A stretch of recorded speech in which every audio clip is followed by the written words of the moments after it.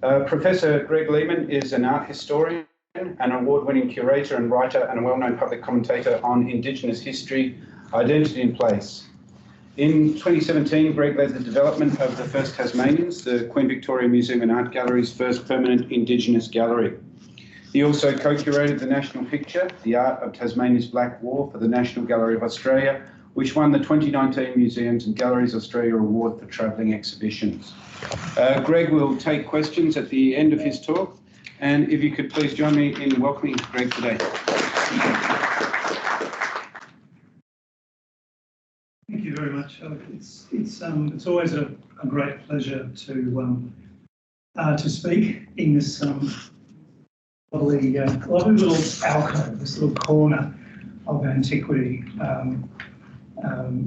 Gives a little slice, a small select slice of Tasmanian history. I think the slice could be a little wider, and I had an interesting conversation with Ross about what we could do in terms of creating some alternative dioramas of the way that early European Tasmanians lived in wattle and daub slab huts with earthen floors.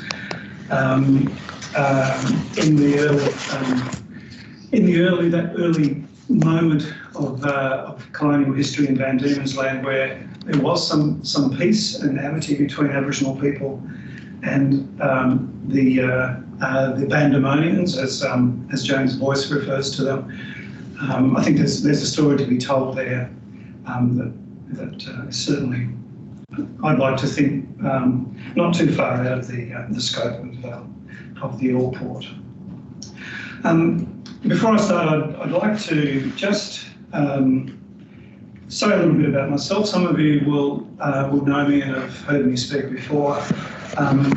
So my name is Greg Lehman. I'm one of several thousand Tasmanians who proudly identify as Tasmanian Aboriginal people and who can trace our ancestry back to the First Nations or original owners and occupiers of this island. This is a very important ancestor to not only my family but many of the Aboriginal families in Tasmania. Some of you will be familiar with Thomas Locke's portrait of Mulligena. We'll see an image of that a little bit later. This is the closest thing that we had to just how handsome this gentleman was. This is a rather mysterious sculpted bust that sits in Paris. There's another copy in Milan, and it was a result of a visit by de Montevir's voyage when they visited Hobart Town, and Pierre de Moutier, the well-known phrenologist, made a collection of images and casts and busts of Tasmanian Aboriginal people.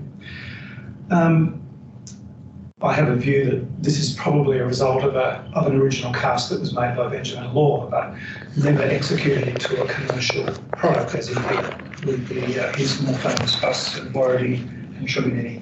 But that's another story.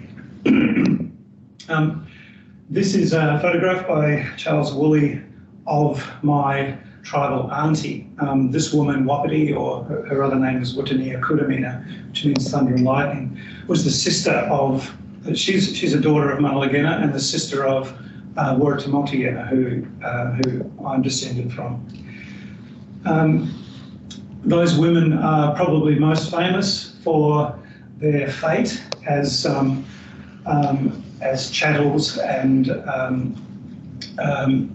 slave labour to British sealers who arrived in the Bass Strait after the wreck of the Sydney Cove, when the salvage expedition reported back to Sydney that the Bass Strait Islands were teeming with fur seals and elephant seals. Unfortunately for those women, they were the specialists in hunting and harvesting seals, not the men, the women. And it became known quite quickly that Tasmanian Aboriginal women would be a valuable asset to sealers, and Warratamoriena, Wapiti, and at least another 30 women that we know of were either kidnapped as adults or taken as young girls into a life that, on the one hand, was incredibly traumatic and cruel, but on the other hand, was also a testament to the resilience of these women in keeping their culture alive, passing on their knowledge and traditions to their children, and hence allowing the continuation of Tasmanian Aboriginal culture to the present day.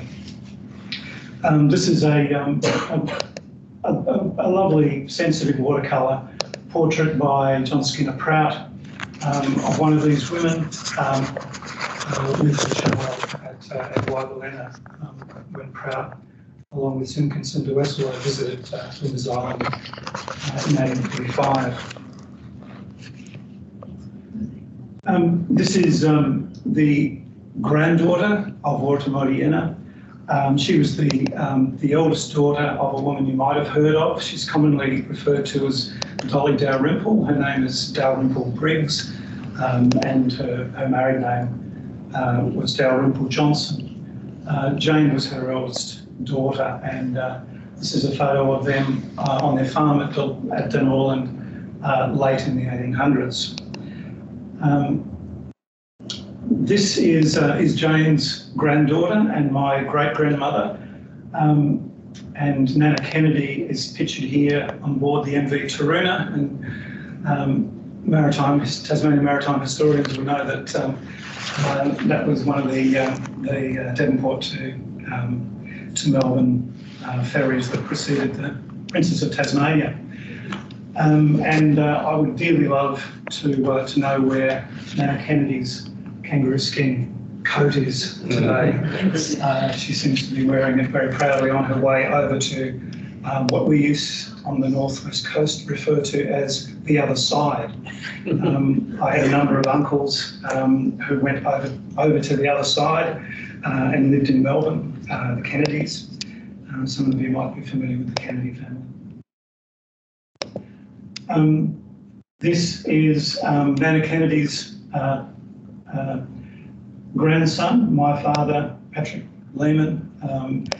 Another of his grandfathers was a German immigrant who arrived in Van Diemen's Land in 1855. And Poppy Lehman, Dad's father, is on the right there. He was the grandson of a German immigrant. And my dear mother, in the middle there, is from a very famous family from around the Evandale and Longford area, descended from Richard Chugg, who was a convict who was transported, certainly not for stealing a handkerchief or a ship. He was a bona fide axe murderer. And of course, there's me.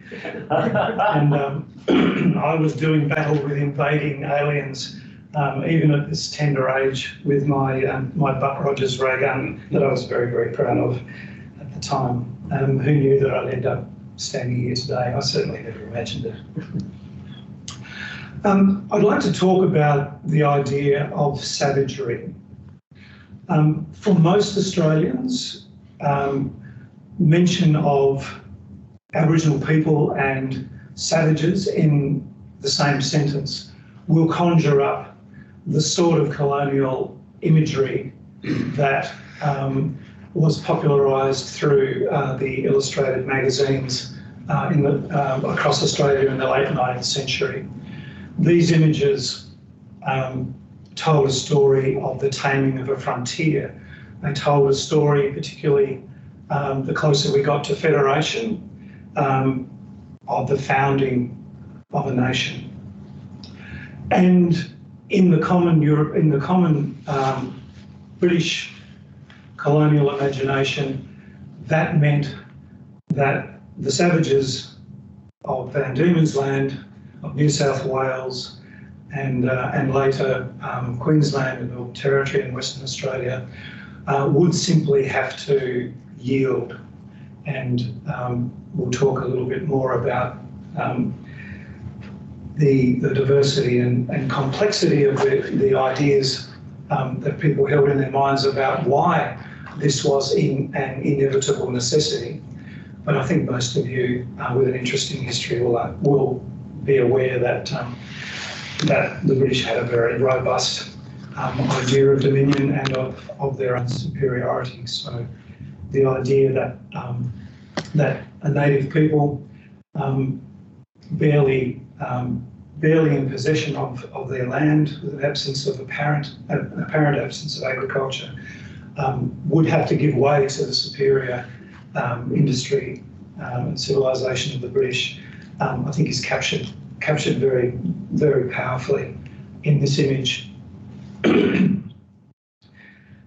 Such was the British view of savagery,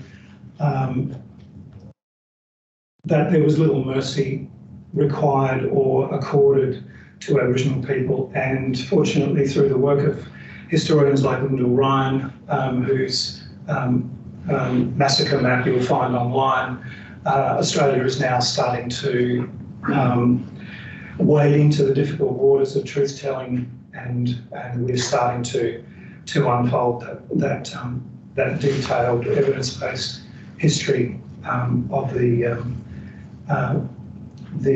cost to Aboriginal Australia of the founding of these colonies. The story of British arrival in Van Diemen's Land is quite an intriguing and ambiguous one. This is one of my favourite images. I travelled to Portsmouth and viewed this this drawing in the Admiralty Library. This is a photographic reproduction that's held by the National Library of Australia.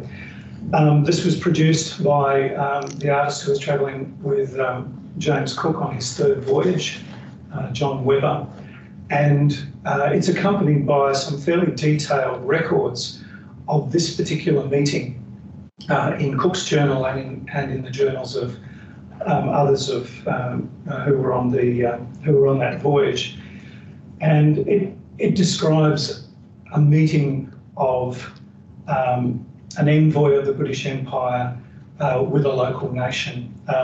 Cook is shown here presenting a medal to the man who has stepped forward. The journals indicate that there were medals presented to each of the men who gathered on Bruny Island at Adventure Bay that day. I encourage you all to travel to Tree Point or Watering Place and visit this site, and maybe download a copy of this image and take it with you. It's quite a remarkable experience to step back in time into this very, very candid snapshot of a real encounter. It was a dignified and respectful encounter. This wonderful sketch, also by Webber, is held in the All Ports collection. Very, very important portrait. This is the first portrait of a Tasmanian Aboriginal person ever produced by a British artist that we know of. Certainly preceded the French, the visits by D'Entrecasteaux and Bourdin, who we'll talk about shortly. And again, to me, this communicates a degree of dignity that was invested by the artist's hand in the representation of this Palawa man, member of the Nyunane nation of Bruny Island. Here, going back to the illustrated magazines of early Federation, this is how that very meeting was popularly depicted to an Australian audience who were in a frenzy of nationalistic ecstasy with the establishment of the Australian Parliament, the Constitution and the nation of Australia. So we see again, akin to Aboriginal people falling under gunfire, whereas in fact there were dignified meetings of sovereign nations. Here we've got Aboriginal people falling into this trope of primitive, pathetic savagery that suited the sentiment of a newly federated Australia. It's almost as if these Aboriginal men were simply waiting parlous on the beach for Cook's inevitable arrival to relieve them of their confusion and their state of hopelessness. This is not the noble savage. The noble savage owes a lot more to the French. This is one of my favourite quotes from one of my favourite art historians, and I urge you all, if you don't have a copy of John Burge's Ways of Seeing, please grab a copy. It's a Sunday afternoon read and a very enlightening volume. And it emphasises our difficult relationship with the past, the inscrutability of the past, and my interest in particular as an art historian is the role that the visual archive can play in us resolving some of the mystery, some of the remoteness of the past. Often that journey isn't so much about understanding the facts and the evidence and the reality on the ground of a particular moment in history. More often it reveals something important that we need to understand about the imagination of the artist, and to the extent that the artist is a representative of the sentiment and the aspiration and the perspective of the empire, the artist then provides an insight into the dominant ideologies that are brought to new dominions by empires such as the British Empire.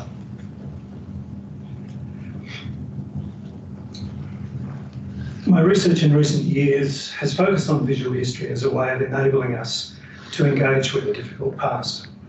In Australia, the fear of the present in terms of our relationship with Indigenous people, culture and the implications of past actions is palpable at all levels of society, from ongoing political missteps and negligence through to personal racism. My work recognises a significant problem in visual literacy in Australia. I seek to go further than historical interpretation of artworks by exploring how they functioned at the time of their production, and how importantly they have influenced attitudes to and enduring understandings of Aboriginal culture and identity today. Growing up in Tasmania, it's almost impossible to escape the pervasive mythology around Aboriginal people, an awkward understanding that something terrible happened here, something that people, there's a word for it which people are unable to utter. It was a genocide. Truganini and the various images of her, almost invariably captioned to declare her as a symbol of extinction, are a constant reminder of the power of visual history in guiding our perceptions of colonisation in Australia. These images represent Tasmanian Aborigines as tragic curiosities, a dying race, known but unknowable in their remote existence. Salutary images created to mourn the sad but inevitable consequence for a primitive people of British Dominion. These are what art historians call tropes, a set of ideas that accompany a type of image and guide its interpretation. My own ancestor, and this is the more familiar image of Munlagena by Thomas Bock, is perhaps the other most well-known Tasmanian Aboriginal person. His portrait by Bock epitomises another commonly discussed trope of the noble savage. His fire stick pointing to a life inextricably bound up with his simple existence as a hunter-gatherer. He's proud but limited. Today we'll look more closely at the trope of the noble savage and explore some of its origins and transformations. During the 1820s, in order to facilitate economic and social development, the colonial government of Van Diemen's Land attempted the effective removal of all wild Aborigines from the island. A limited anthropological record prior to this period produced a blank ethnographic canvas that was slowly populated with figures owing more to the European imagination and earlier encounters with Indigenous people elsewhere in the empire than to the actual character of Tasmanian Aboriginal people, their history and their culture in this place. Aborigines were depicted through a range of tropes dominated by romantic notions of noble savagery, settler experiences of conflict, the desire for peace and prosperity, and ultimately for Aborigines to be gone. This is a map of military movements in Van Diemen's Land. It was produced for the British House of Commons as a record of the efforts by Governor George Arthur to remove Aboriginal people from the settled districts. For those of you who are not familiar, the black line, as it was called, comprised a series of cordons. Every able-bodied man in the colony, convicts, constables, soldiers, free settlers, were deployed, equipped, with the objective of sweeping across the settled districts, driving Aboriginal people ahead of them down to Eagle Hawk Neck. Was it Dunalley? Someone needs to correct me on that. With the idea of confining people initially to the peninsula, and then ultimately to be exiled to an offshore island where they would no longer be a threat to the settlers and to the establishment of an economy. This in some ways was a massive failure. One old man and a boy were captured and a small number of Aboriginal people were killed. However, as Lyndall Ryan argues, it did succeed in demonstrating the challenges of remaining on traditional country to those Aboriginal people who were still defending their ancestral homelands.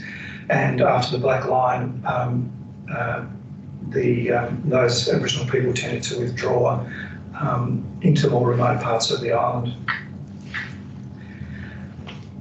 By the late 19th century, this had resulted in Tasmanian Aborigines being rendered as tragic characters, emblematic of their own demise, a trope that has persisted to the present day, influencing depictions across art, literature and science.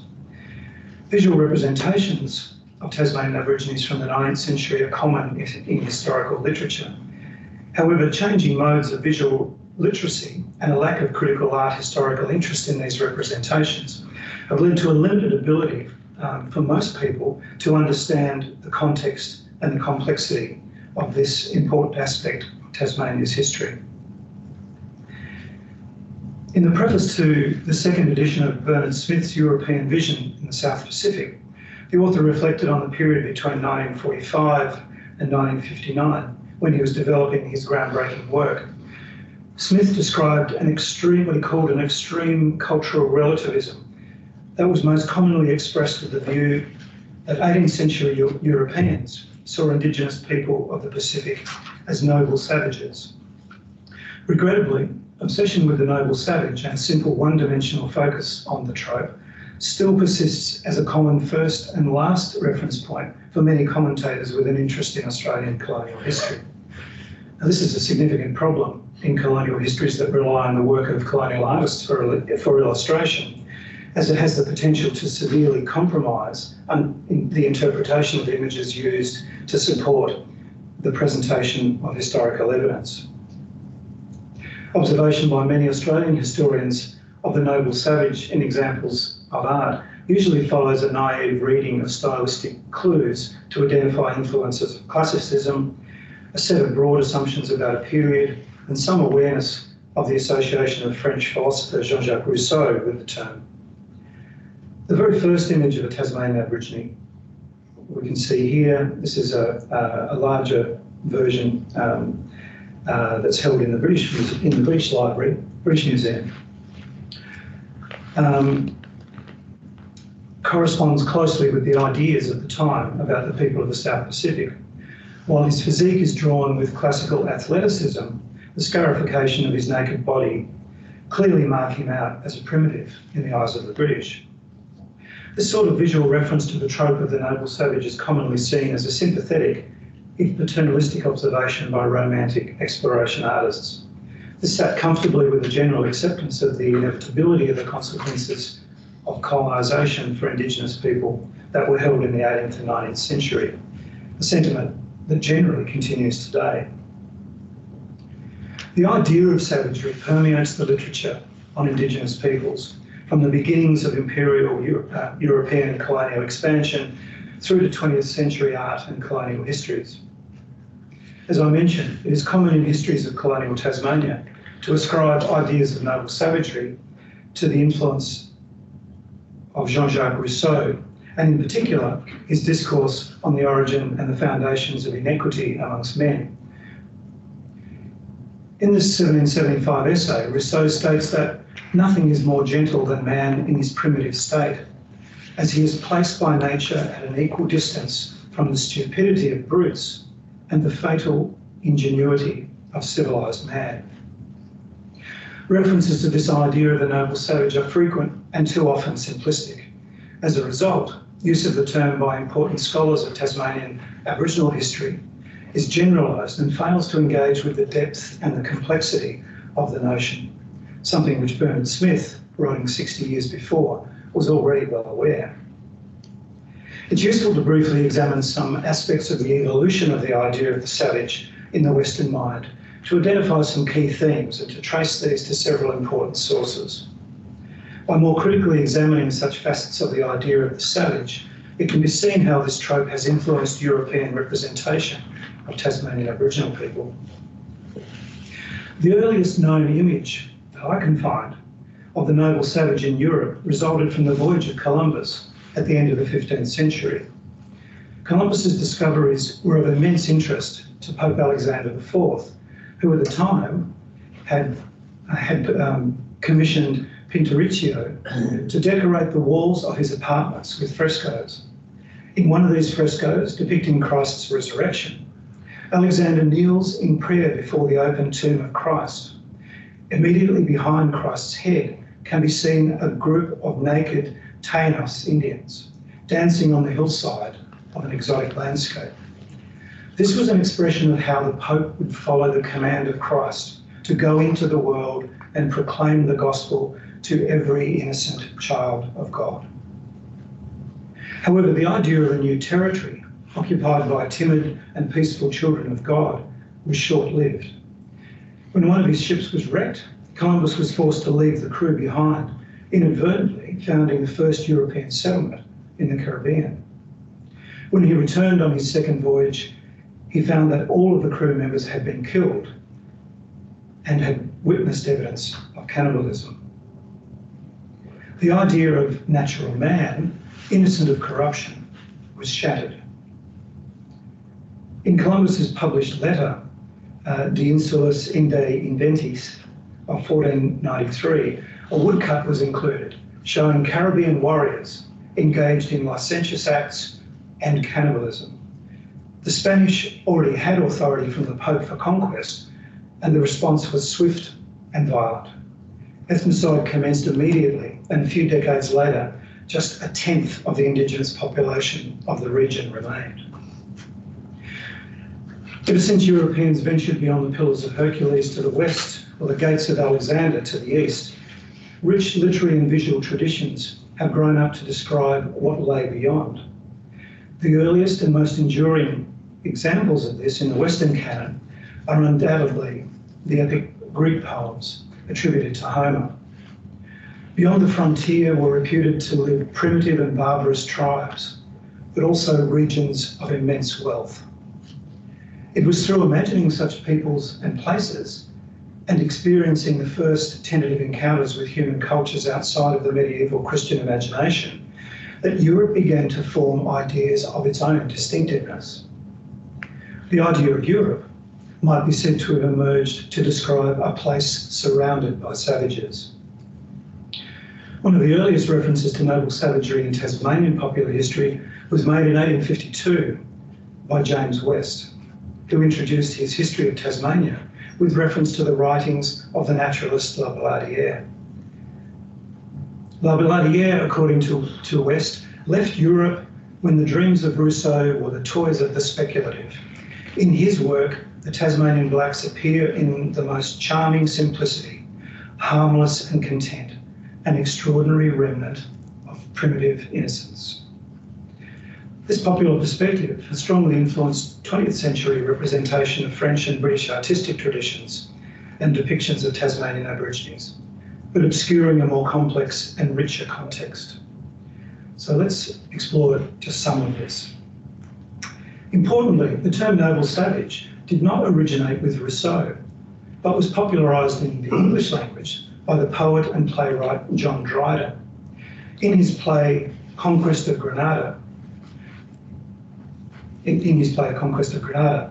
this was an archetypal English heroic drama celebrating the Spanish conquest of Islamic Iberia.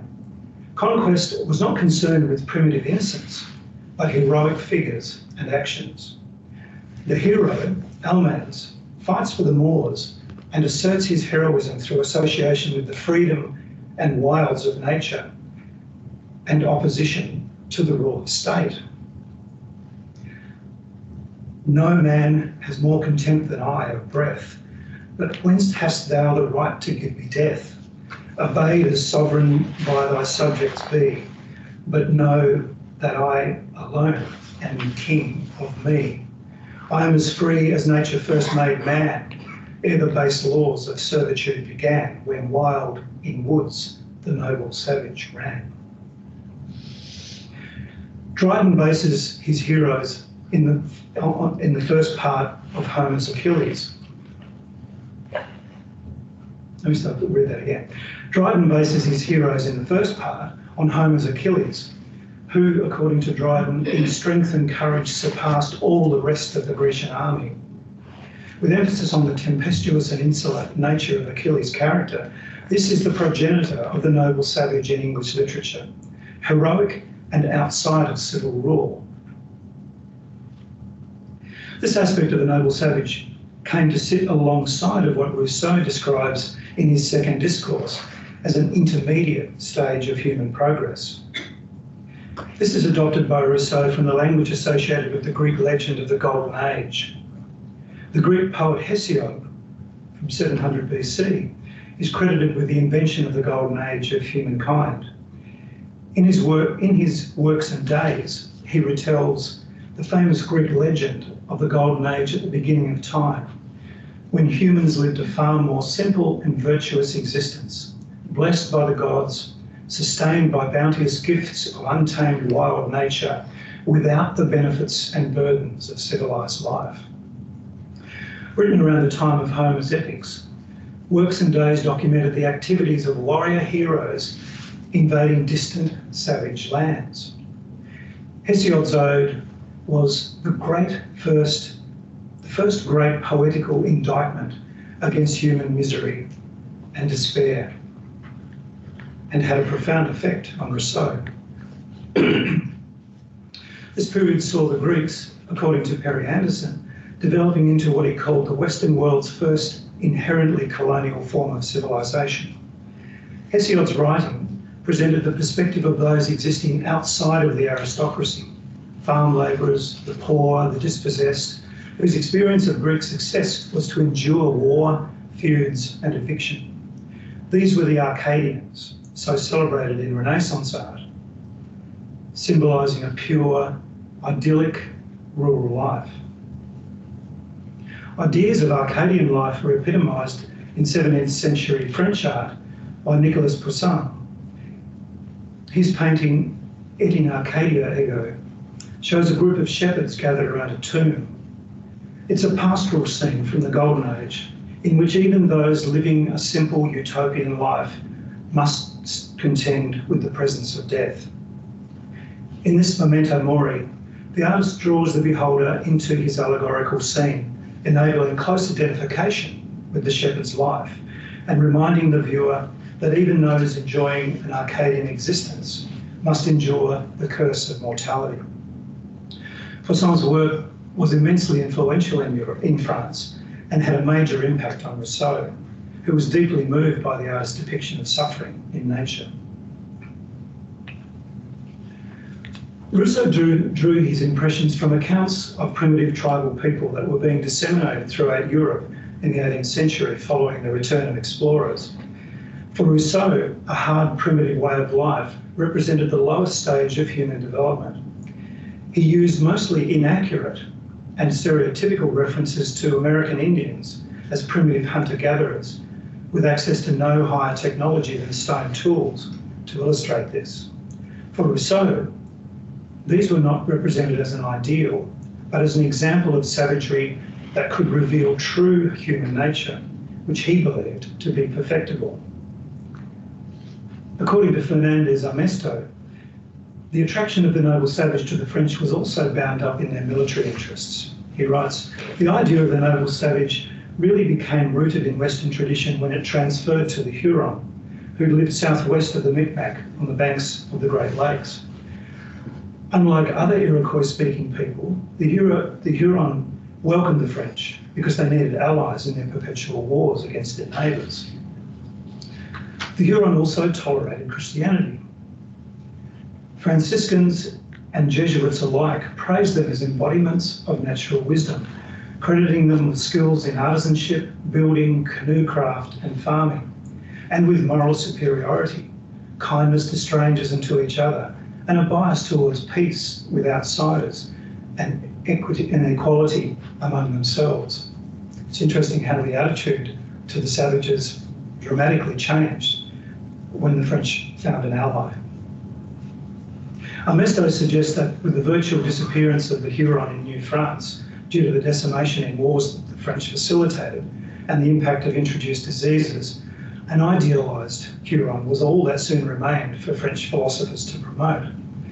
The Huron figure, as a child of nature, is then appropriated by French writers who had returned to France after leading numerous offences against the Iroquois. De la Hontan invented a Huron interlocutor called a Dario in his, my French is terrible, in his supplement of Voyage au dialogue avec le sauvage a Dario of 1703.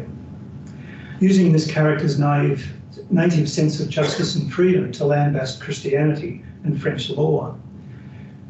A Huron character is also deployed by Voltaire in his satirical novel L'Ingénu.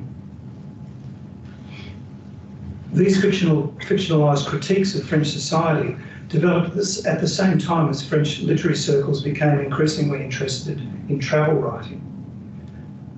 The writings of Secondat or Montesquieu, and in particular his interest in cultural relativity, strongly influenced Voltaire in this way. Montesquieu showed that what may seem bizarre in other cultures results, in fact, from the same processes that produce one's own culture.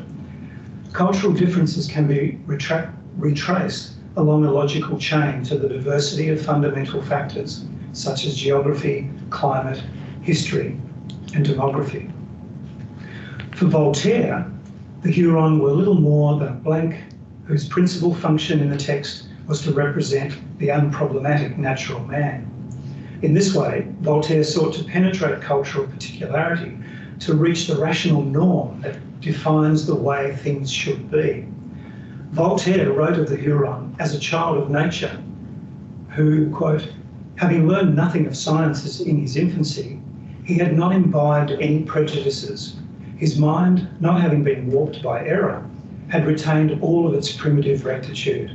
He saw things as they were, whereas the ideas that are communicated to us in our infancy make us see them all our life in a false light. When French navigators and artists arrived in Van Diemen's Land, the noble savages they depicted were more complex representations than those that we're familiar with. These depictions carried a rich cultural and literary heritage with a wide palette of thematic aspects or variations of noble savagery from which to choose. Tasmanian Aborigines could be seen as heroic and beyond servitude to civil rule and all of its corrupting influences, especially property. They could be seen as a reflection of French disillusionment with institutional power and the corruption of society by injustice. They also symbolised an heroic and untamed nobility with sovereign rights to nature, leading a virtuous existence beyond colonial rule. They could be a tempestuous military ally, a source of natural reason, a reminder of the diversity of humanity and geography, or a naive child of nature. They could be a remnant of the Golden Age and through mortality in common with the civilised European, offer hope of a return to lost freedoms. The idea of nobility is richly represented in Piron's composition. This is from D'Entrecasteaux's expedition, in which he models an Aboriginal woman in a picture in a statuesque pose clearly modelled on the Venus de Medici.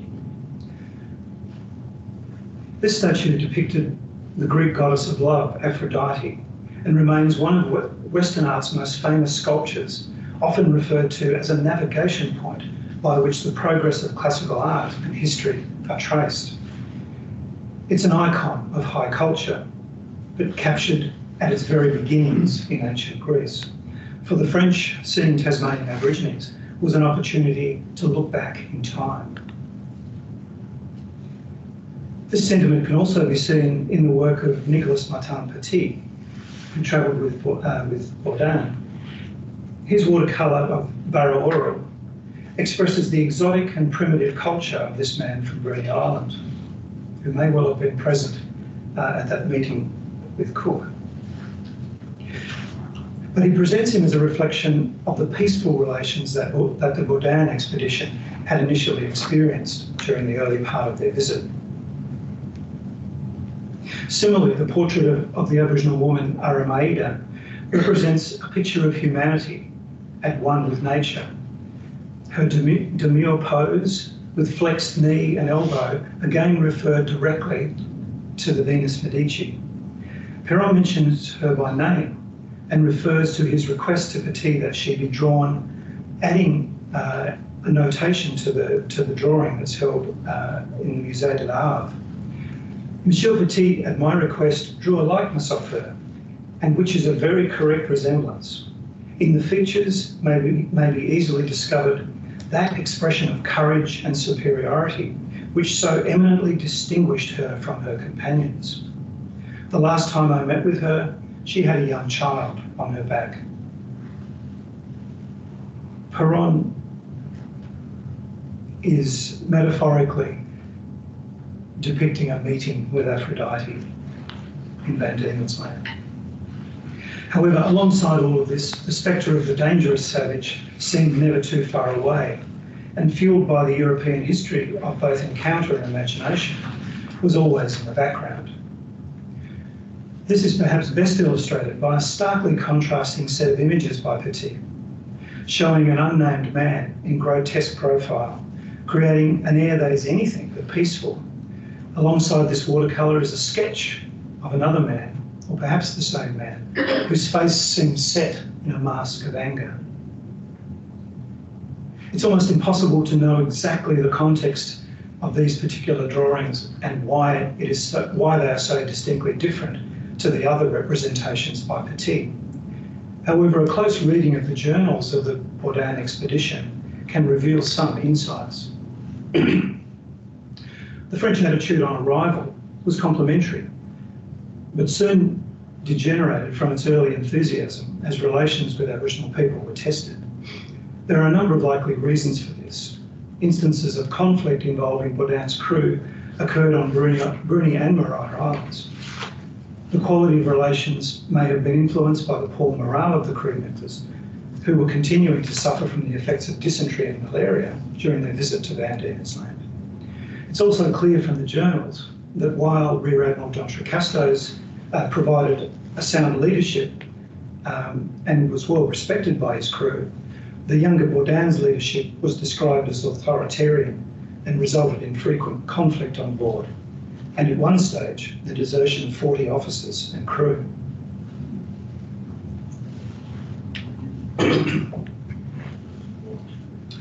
Two instances might be seen to reflect this poor leadership.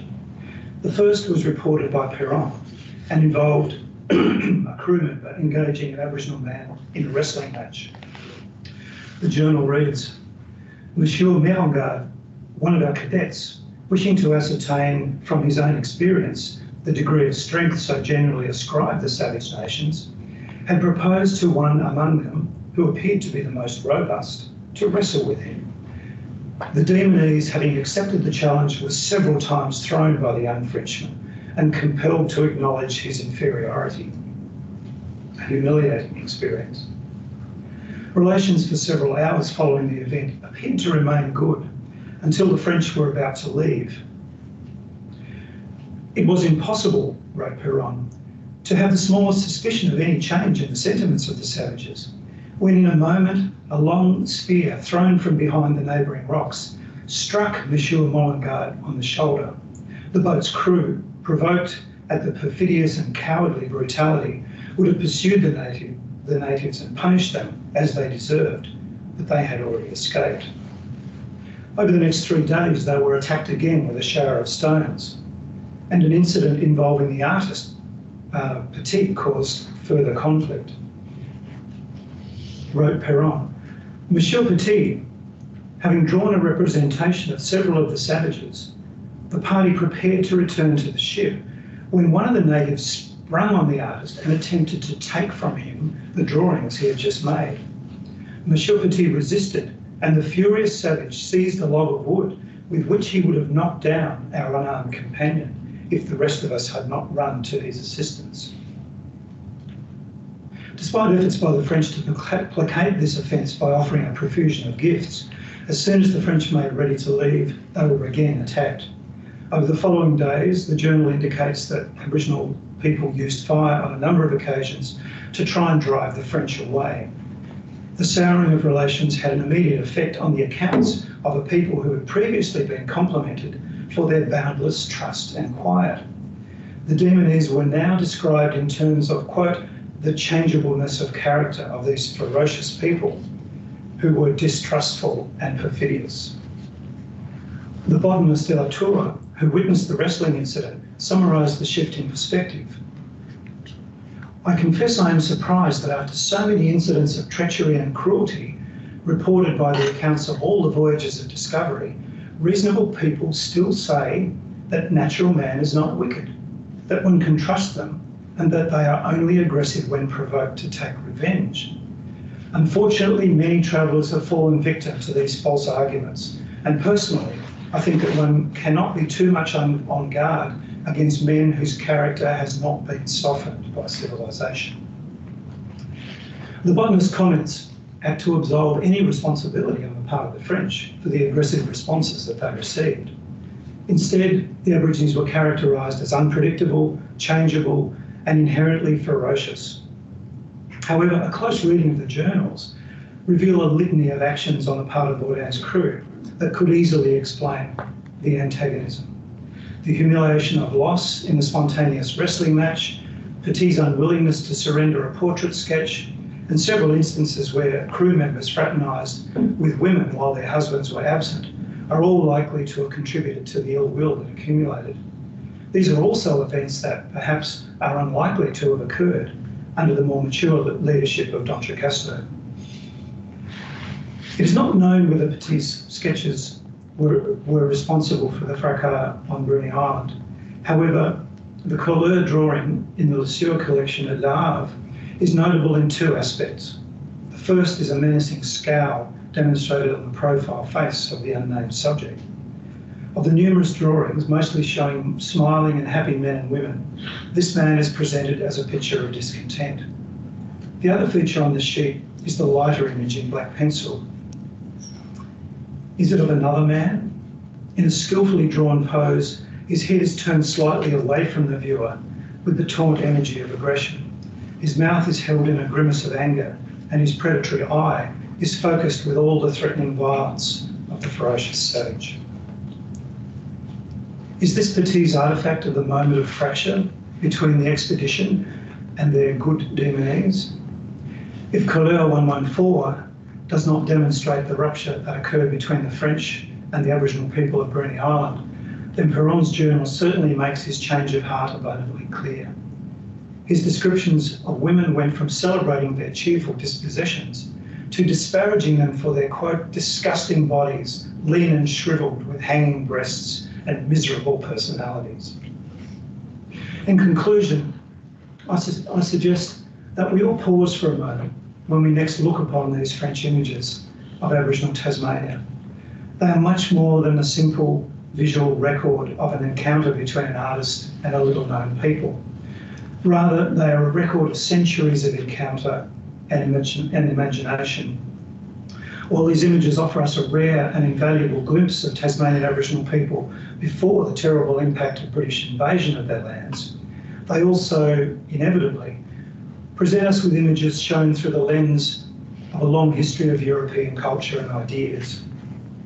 Each of these images represents a conflict in the mind of the European artist, not only about the unfamiliar character and culture of the native peoples they were instructed to depict, but about the nature of humanity itself. I might also add, and the fraught task of imperialism, thinking back to the ancient Greeks. We must also ask a question of these artists. We must also ask a question of these artworks. We cannot be content with the apparent glimpse into the culture of the subject of a painting. We must also ask what they might tell us about the culture of those holding the brush. Thank you.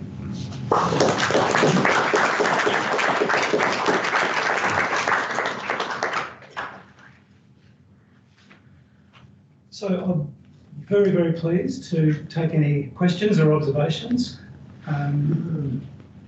Over to you. Nobody's allowed out unless there's one question. Deborah. I just wanted to note also that in the record of Aramanida, they note that she sang with such, it was so beautiful to behold, so tuneful and eloquent. I don't know if they mentioned Queen line or something, but it was very remarkable. So it's not only pictures, there's a few references to the bird line and singing amongst in Aramanida, but also amongst the research made by the monastery. Yeah, absolutely. There's little glimpses into part of culture that sing. And the descriptions by the French, let's just talk about the Bourdain expedition, were incredibly complimentary and generous, and were very much focused on the noble savage. But when things started to go bad, and the French seemed unable to reflect on the possibility that their incivility had caused the problems, they immediately resorted, almost pressed a button and went into another mode in their perception of savagery. This, in another lecture, I talk about the influence of William Dampier on all of this. William Dampier, the privateer, was as far as we know, the first amongst the crew of the first English visitors to the continent of Australia, and he was a very, very enterprising individual who published his journals of his voyage around the world into several editions, and they became very, very influential and well read. And he tried to get the Aboriginal people that he met with in northwestern Australia to assist him in doing things like loading water onto his ship, and he records in his journal how they laughed at him. And the quote is something like, "They stood around like a bunch of grinning monkeys." and he declared that these were the most miserable people on the planet. Now that quote, "the most miserable people on the planet," appears again and again in European journals. It's repeated by one of Bourdain's officers. It appears in Joseph Banks and James Cook's journals. So you know, there's this multimodal idea of the noble savage, and it's uncertain, it's shifting, and it's confused because you know the European imagination was trying to apply an idealisation that's drawn from European culture and tradition onto a people whose culture they simply didn't understand. So it was a fraught project from the beginning. Adele. Don't you need to dehumanize to colonize? I mean, it's a natural process. The Israelis do it now. Well, what's the difference? Nothing has changed. Just a comment. Yeah, absolutely. There are consistent, not just tropes in colonial and imperial art, but a consistent application of a methodology of oppression. And of course, some of you might have thought of the great philosopher Edward Said when I talked about Europe defining its own distinctiveness by referring to the savagery of the world that surrounded it, and that process of othering provides the ideal opportunity for genocides and ethnicides and ethnic cleansing to occur in a twisted ethical rationalisation. Do you have any sense of the reception that these images had when they were published, or were they published in France? Look, a selection of the images that emerged from Bourdain's expedition were published by Perron and seen throughout Europe. There were editions of prints created from Perron's images, such as the assembled people at Recherche Bay.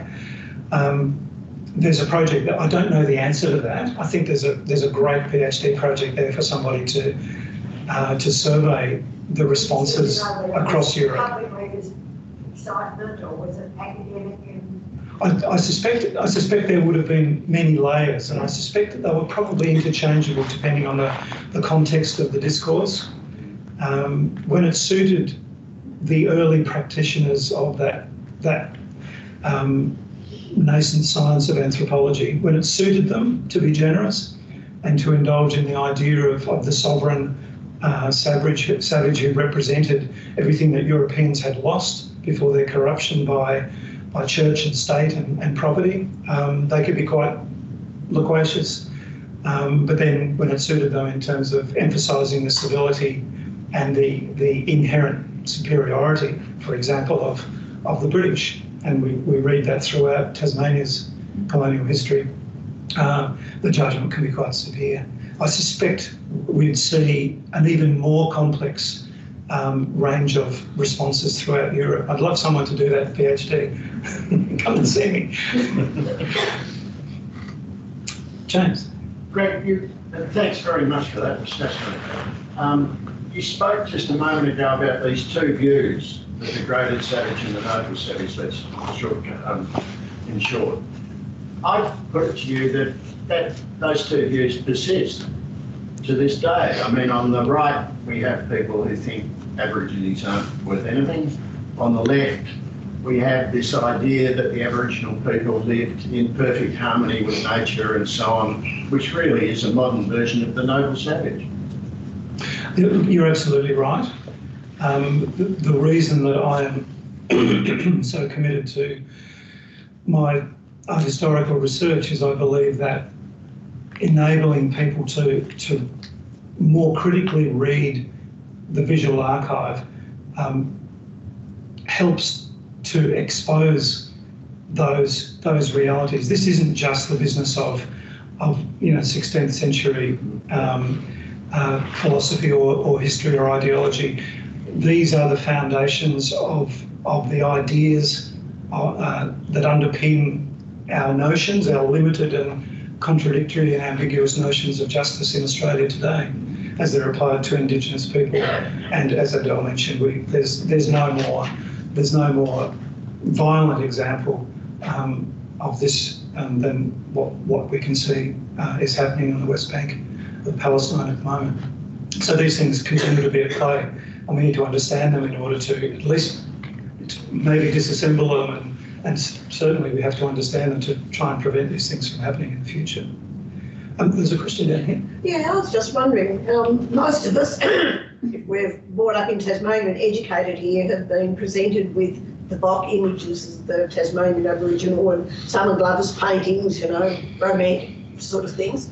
Do you think it would have made much of a difference if we'd had a wider access to some of the other stuff that the French did and that's hiding in the bottom of the British Museum and wherever else it's being stored? If we'd had access when? In the 19th century or today? Yeah, well, even just the 20th century would help. Yeah. Well, these are really good questions. I think there's another PhD in that. The French and the British have a history of conflict and jealousy and competition. The reason that the Lady Nelson was sent down here to set up a camp at Risdon Cove was because of the Bourdain expedition and the paranoia of the governor of New South Wales that the French were going to establish an imperial outpost in Van Diemen's Land. So it is a really complex question, just exactly how these tropes and packages of ideas which overlapped, how they were manifested in not just in the European philosophical imagination and artistic practice, but in the business of politics and administration. And of course it's full of contradiction. On the one hand, the British Colonial Office was saying that Aboriginal people in Tasmania should be treated as subjects of the Crown, implying that they should enjoy all the rights of any subject of the Crown. And at the same time, writing to Governor George Arthur saying that to continue his use of roving parties would leave an indelible stain on the character of the empire. These are really, really complex questions, but very, very good questions. May I follow on the gentleman's question? Have we learned anything? We still undertake wars of choice. We attack Afghanistan, Iraq. We kill people we don't know for no good reason. Have we learned anything from? Do we still have a colonial mentality in Australia? We're producing some very, very big and key questions. Look, my internal optimist will say that we have made some significant progress since the end of the last Second World War, and at least we have the United Nations, we have an International Declaration of Human Rights, we have a definition of genocide, which, by the way, was developed by someone who used the actions of the British in Van Diemen's Land as a defining example, Raphael Lemkin.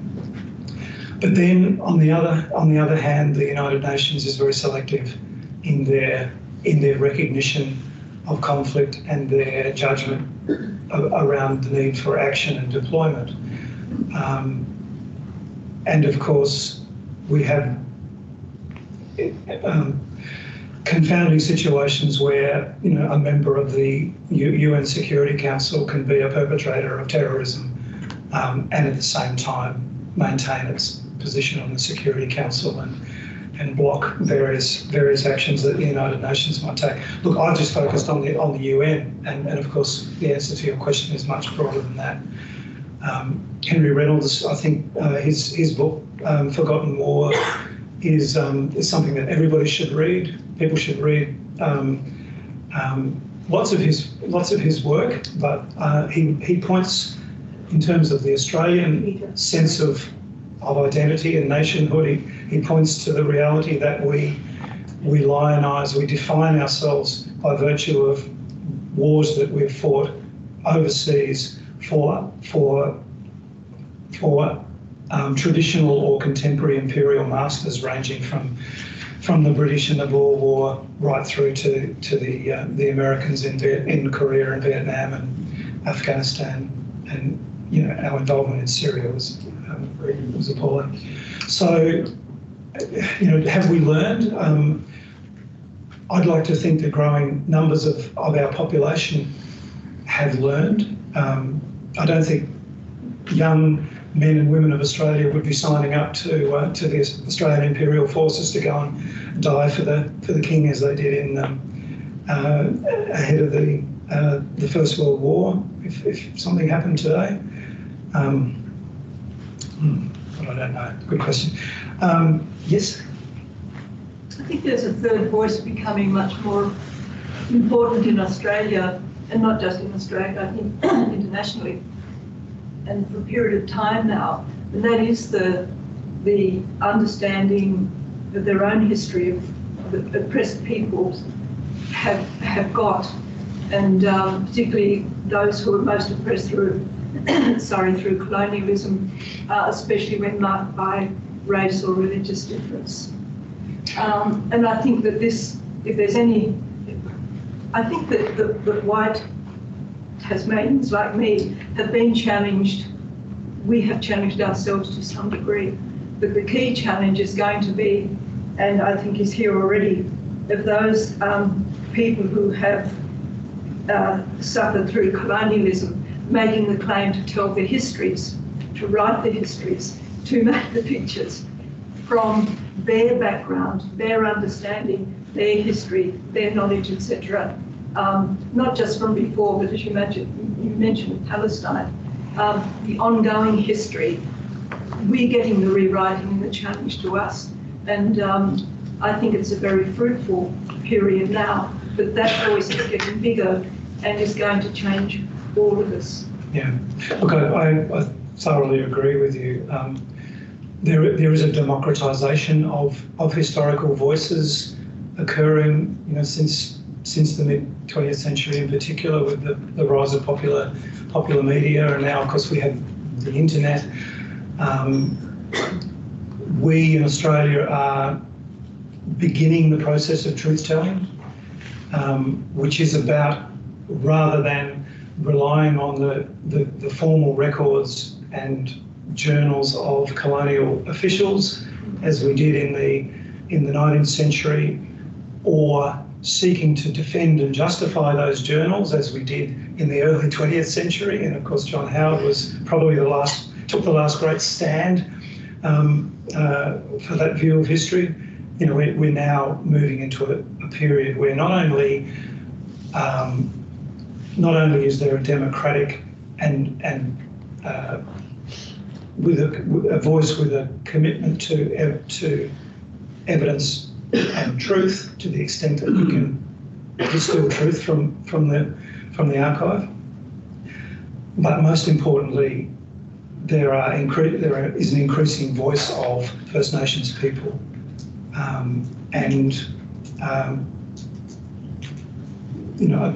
can only see that continuing and improving. Australia's got a long way to go with its truth-telling. We're seeing a pushback. I'm mindful of the time, we need to wind up, but we're seeing a pushback at the moment with the opposition to the voice to Parliament. As an Aboriginal person, I have a very strong interest in this debate. I'm the first person to stand up and describe the government's proposal as moderate, if not timid. But I'm also the first to stand up and call out the disinformation and scaremongering that's going on from the no camp. And it's hard to interpret that as anything other than a pathetic attempt to try and maintain a status quo a status quo of disadvantage of all of the distress experienced by Indigenous Australia, but also importantly a status quo of maintaining access to resources, mineral resources, forest resources that I'm quite sure organisations, various conservative think tanks across Australia are worried about the voice to Parliament hastening the ending of native forest logging or destructive extraction, mineral extraction through open cut mining, those sort of cheap and nasty habits that Australia still has. Look, I think we have to wind up. Thank you all very much for your attention and for your attendance today, but also most of all for some really thoughtful questions. And I do hope that you'll go away, and when you do look at these images, not just from French and English navigation artists, but artists like John Glover. Peer into not just the image itself, but the context and the history, because they always have more to say than meets the eye. Thank you.